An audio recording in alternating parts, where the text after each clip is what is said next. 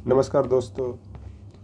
आज मैं जो पाकिस्तान के सेना अध्यक्ष असीम मुनीर ने कहा था कि कश्मीर पाकिस्तान का सहरग है, कश्मीर पाकिस्तान का जुगुलर वेन है, जिसके परिणाम स्वरूप जो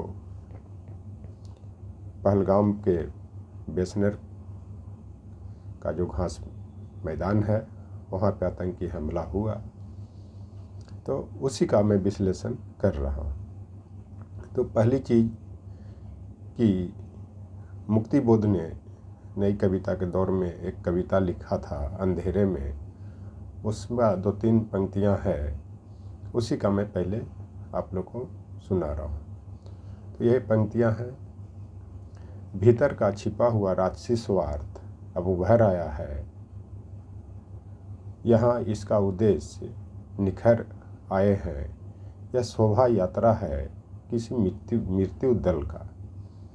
ये पंक्तियाँ का अर्थ है कि जो पाकिस्तान का जो स्वार्थ है, जो असीम मुनीर का जो स्वार्थ है वह निखर आया है, क्योंकि सहरग का मतलब होता है, जुगुलर वेन का मतलब होता है कि जो गला में जो नस होता है अगर उसको काट दिया जाए तो फिर किसी व्यक्ति का जीवन समाप्त हो जाता है। यहाँ छिपे हुए उद्देश्य निखर आए हैं, मतलब जो उसका जो उद्देश्य है कि कश्मीर को पाकिस्तान में मिलाना है वो भी यहाँ पे निखर गया है। और यह यात्रा है यह शोभा यात्रा है मृत्यु दल का। एक तरह से उसने पाकिस्तानी सेना को मृत्यु के कगार पर पहुंचा दिया है, लेकिन शोभा जो है वो खुशी के लिए मनाया जाता है।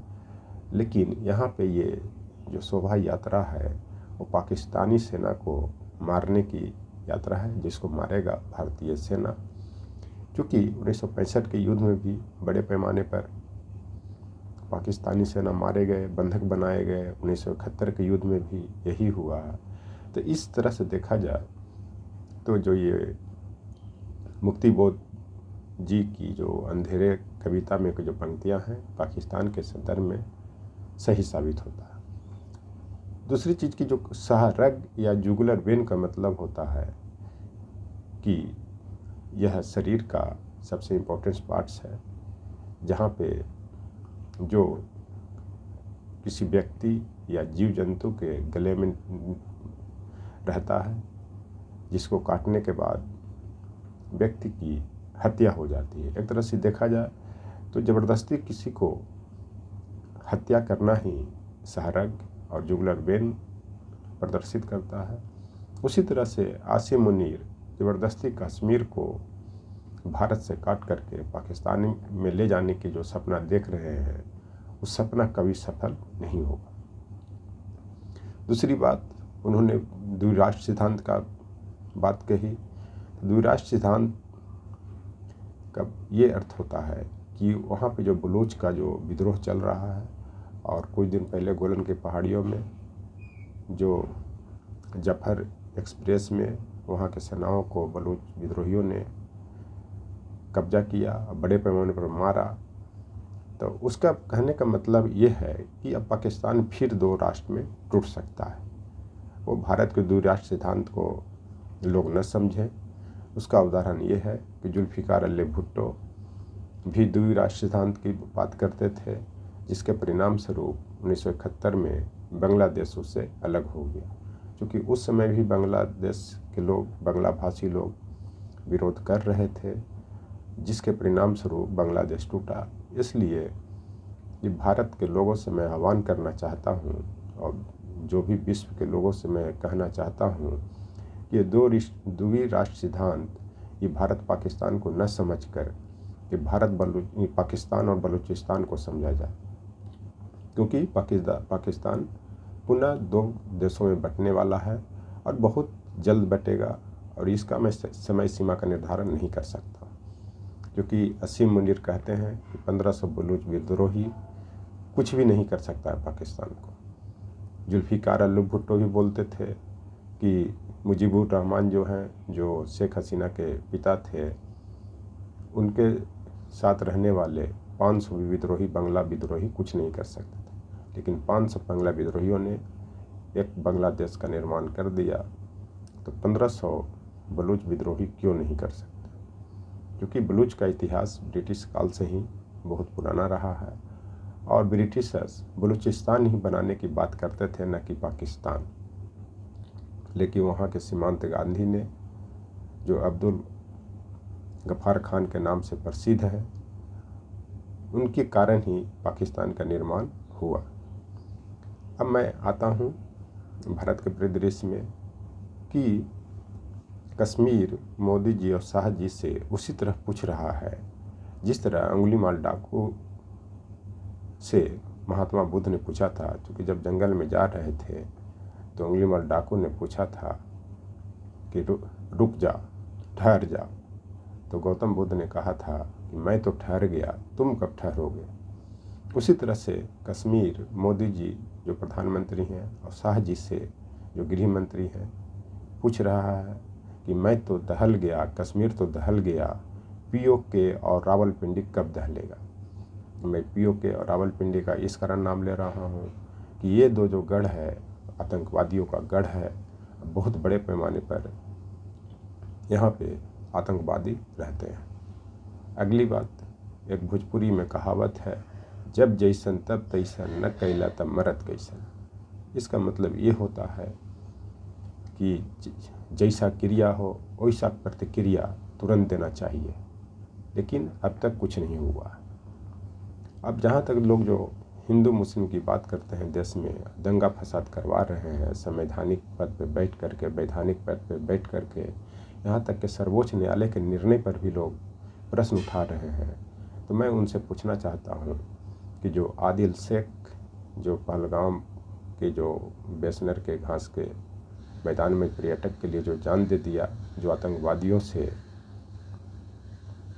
हथियार छीन रहा था और निहत्था व्यक्ति जिसकी हत्या कर दी गई, तो ये तो बहुत दुख की बात है। और आदिल शेख को, पूरे देश को, लोगों को सैल्यूट मारना चाहिए कि एक अनपढ़ गंवार होते हुए भी आदमी पर्यटकों की रक्षा के लिए अपनी जान न्यौछावर कर दी। इसलिए मैं उमर अब्दुल्ला साहब से और प्रधानमंत्री जी से ये आग्रह करता हूँ कि बेसनर का जो घास का मैदान है उसको आदिल शेख पार्क के नाम से चिन्हित किया जाए। हमारे देश में अब्दुल हमीद जैसे हवलदार ने 1965 की लड़ाई में अपनी साहस के साथ जान न्यौछावर किया, जिसके परिणाम स्वरूप 1965 में भारत की विजय हुई। इसके पहले 1948 में ब्रिगेडियर उस्मान ने अपनी वीरता का प्रदर्शन किया, जिसके परिणाम स्वरूप भारत सरकार ने ब्रिगेडियर उस्मान को द्वितीय सर्वोच्च सैन्य सम्मान महावीर चक्र दिया और अब्दुल हमीद को परमवीर चक्र से सम्मानित किया गया। तो इस चलते जो हिंदू मुस्लिम के जो बात उठाते हैं और मुस्लिमों के खिलाफ भड़का रहे हैं, उनको इस पे विचार करने की ज़रूरत है। एक कबीर का भी दोहा है, अजगर करे न चाकरी, पंछी करे न काम, दास मलुका कह गए सबके दाता राम। इस दोहा का यहाँ यह चरितार्थ होता है कि इन लोग भगवान राम मंदिर बना करके या काशी विश्वनाथ का उद्धार करके या महाकाल के कॉरिडोर बना करके ये सोच रहे हैं कि सब भगवान संभाल लेंगे और पाकिस्तान को नेस्तनाबूद कर लेंगे। तो ये इनको भ्रम है, क्योंकि लंबे समय तक अगर भारतीयों का शोषण मुस्लिम आक्रमणकारियों ने किया, ब्रिटिशर्स ने किया, तो उसका सिर्फ यही कारण था कि उन लोग भगवान में विश्वास करते थे और केवल मंदिर का ही निर्माण करते थे। ये जो धर्म है ये नैतिकता सिखाता है। ये युद्ध में लड़ने के लिए आपको नहीं ले जाएगा और ये न कभी किसी पर विजय करेगा। क्योंकि किसी को शांत करना है तो बराबरी में आना जरूरी है। इसी कारण मध्यकाल में जितने भी मंदिर बने, इतने मंदिर बने कि लोगों को, जो मुस्लिम आक्रमणकारियों को भी लगा कि इस समय कुछ नहीं रखा हुआ है, ये सब लड़ नहीं सकता है, धर्म के लिए पागल है, इस कारण इसको नेस्तनाबूद कर दिया जाए। तो मंदिर, मस्जिद, गुरुद्वारा ये नैतिकता सिखाता है, लेकिन कुछ पाने के लिए कुछ खोना पड़ता है और इसके लिए लड़ना पड़ेगा। अब कैसे लड़ेंगे ये भारत सरकार डिसाइड करेगी, क्योंकि निर्णय लेना इनका काम है, लड़ना भारतीय सेना का काम है।